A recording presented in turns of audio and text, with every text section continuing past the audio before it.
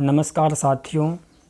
तो वो भाई जिसका पशु परिचर में नॉर्मलाइजेशन की वजह से सिलेक्शन नहीं हुआ है, या जिन जो 1 या 2 नंबर से या पॉइंटों में कुछ एक नंबरों से रह गए हैं, देखो अब उनको नेक्स्ट एग्ज़ाम की तैयारी करनी पड़ेगी।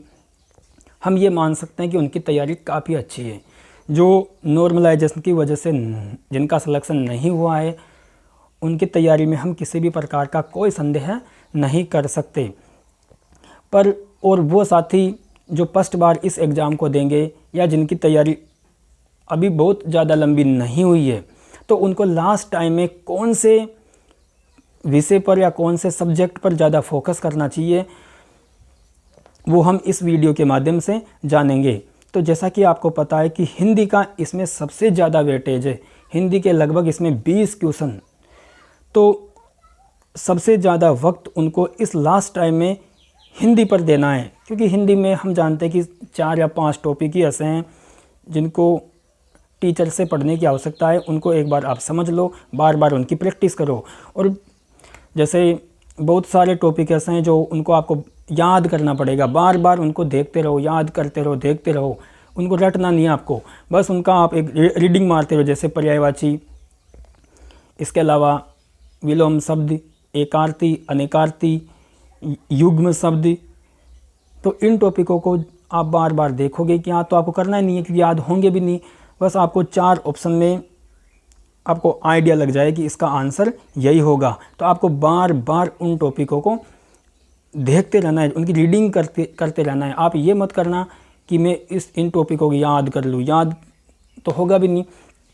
और उसके बाद में हम गणित की बात करते हैं, क्योंकि गणित में इसके सबसे ज़्यादा क्वेश्चन, मतलब 15 क्वेश्चन इसमें गणित के हैं। और गणित ही एक ऐसा सब्जेक्ट है जिसमें, क्योंकि गणित के इसमें टॉपिक भी बहुत लिमिटेड है, ऐसा नहीं कि इसके अंदर पूरी गणित है, केवल अर्थमेटिक इसके अंदर गणित है।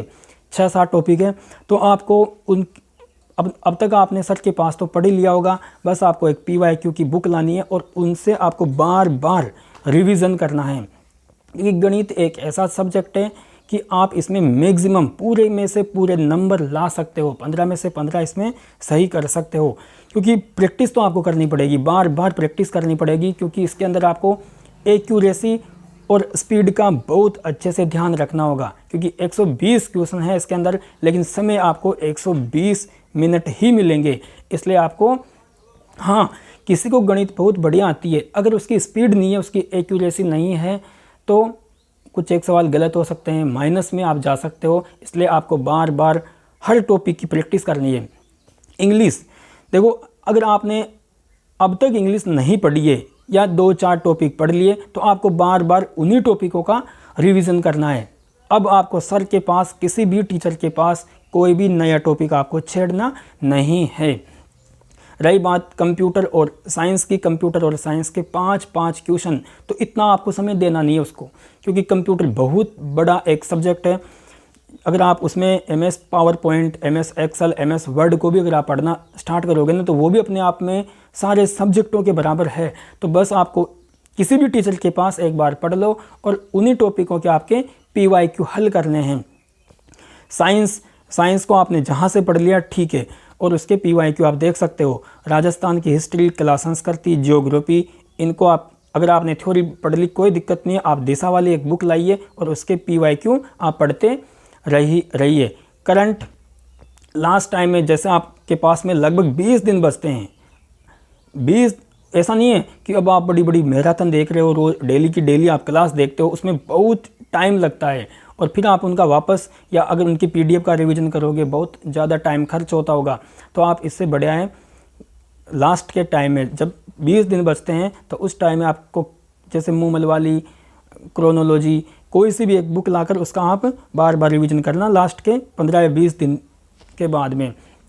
और आपको परीक्षा में एक्यूरेसी का बहुत ही ज़्यादा ध्यान रखना है। ऐसा नहीं है कि आपको बिल्कुल 4 ऑप्शन के बारे में कोई आइडिया नहीं है और आप वहाँ पर भी उस क्वेश्चन को आप हल कर रहे हो, क्योंकि इसमें 1/3 माइनस मार्किंग है।